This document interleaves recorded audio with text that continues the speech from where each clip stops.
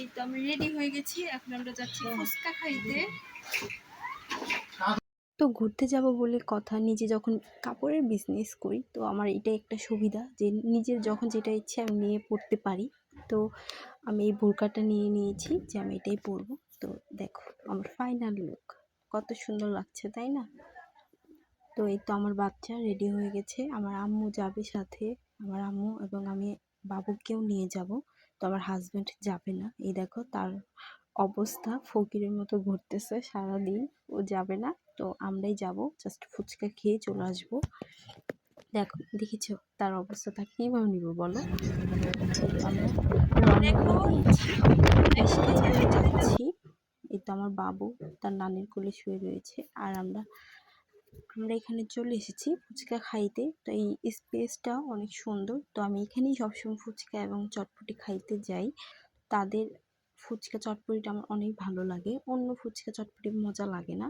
তো এখানে আমার বাবু চকলেট খাচ্ছিল, অনেক দুষ্টুমি করে, যার কারণে তাকে লজেন্স দিয়ে বসিয়ে রেখেছি। আর তার নানি তো বাতাস করতেছে, হাত ব্যথাও হয় না। আর এখানে আমার চলে এসেছে ফুচকা এবং চটপটি। তো আমি এখন ফুচকা এবং চটপটি খাবো। কি আমি দেখেছো? তো আমি জাস্ট এটার জন্য ওয়েট করছিলাম যে কখন আমার ফুচকা এবং চটপটি আসবে আর আমি খাবো। এত মজা করে খাচ্ছিলাম, কি বলবো, অসম্ভব মজা ছিল। আমি এখানকার বেস্ট চটপটি এবং ফুচকা আমি এটাই সবসময় খাই, আমার এত ফেভারিট। তো তোমাদেরকে কি বলবো, জাস্ট আমি খাচ্ছি তো খাচ্ছি, থামার নাম নেই। আমি গরমে অবস্থা খারাপ হয়ে গিয়েছিল, তাও আমি কি করবো, জাস্ট খাচ্ছি আর খাচ্ছি, নিচ্ছিলাম আর খাচ্ছিলাম। জাস্ট এত মজা হয়েছিল ফুচকাটা এবং চটপটিটা। তো আমি এত মজা করে খাচ্ছিলাম, কয় প্লেট খেয়েছি তার নেই ঠিক। এই গরমে আমার অবস্থা খারাপ হয়ে গিয়েছিল এই চটপটি এবং ফুচকাগুলো খেয়ে। এত মজা হয়েছিল কি বলবো। তো এখানকার ফুচকাগুলো অনেক মজা, যার কারণে আমি এখানে সব সময় যাই। প্রায় আমি প্রত্যেক সপ্তাহে 2বার করে যাই এখানে জাস্ট ফুচকা এবং চটপটিটা খেতে। এখানে ঝালমুড়িটাও অনেক ফেভারিট আমার, এই ঝালমুড়িটাও আমার অনেক মজা লাগে, যার কারণে আমার কিছুদিন পরপরই যেতে হয়। এত মজার চটপটি ফুচকা না খেলে আমার দিনটাই মিস যায়। তো আমি জাস্ট খাচ্ছি আর খাচ্ছি, তোমাদেরকে আর কী বলবো। তোমরা যারা ফুচকা খাইতে চাও এখনই চলে আসো এখানে, এত মজার ফুচকা কী বলবো ভাই। জাস্ট খাচ্ছি তো খাচ্ছি, আমার খাওয়া শেষই হচ্ছিল না, এত মজা করে খাচ্ছিলাম। গরমে কিন্তু আমার অবস্থা শেষ, বোরকা হিজাব পরে এই গরমে গিয়েছি, বুঝতেই পারছো আমার অবস্থা কি হয়েছিল। জাস্ট আমি খাচ্ছি আর কি বলবো, অনেক মজা হয়েছিল। এদের টকটাও অনেক মজা। অনেক জায়গায় আছে না যে মিষ্টি টক দেয়, সেটা আমি খেতে পারি না, আমার ভালো লাগে না।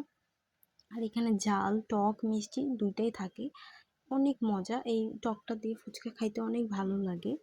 আর তো চটপটিটা খাচ্ছিলাম, চটপটিটা মাঝে অনেক ঝাল হয়েছিল, তো স্পাইসি কি বলবো, এক্সট্রিম লেভেলের ঝাল দিয়েছে ওরা। তো আমি খেয়ে আমার অবস্থা খারাপ হয়ে গিয়েছিল, এমনিতেই গরমে অবস্থা শেষ, তার উপরে এত ঝাল চটপটি, ভাই কি বলবো। তাও আমি থামছি না, আমি জাস্ট খাচ্ছি তো খাচ্ছি, এত মজা। দেখো চটপটিটা দেখতেই কত লোভনীয় লাগছে, তাই না? স্পাইসি হয়েছে কি বলবো। আর এখানে আমরা কতগুলো পিকচার নিয়ে নিয়েছিলাম। আর তো আমি চটপটি খাচ্ছি তো খাচ্ছি, শেষ হচ্ছে না। আমার আম্মু বলতেছে এবার রাখ, এই গরমে আর খাওয়া লাগবে না, চল বাসায় যাইগা। তা আমি বলতেছি কি যে খাইয়া নিই তারপর যাই, মানে সবসময় তার আসতে পারি না।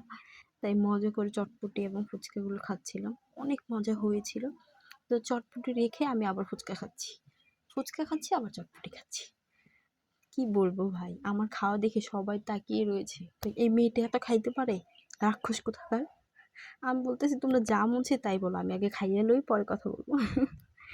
অনেক মজা হয়েছিল, ফুচকাটা খাওয়া শেষ। আর এত ঝাল লাগছে ভাই কি বলবো।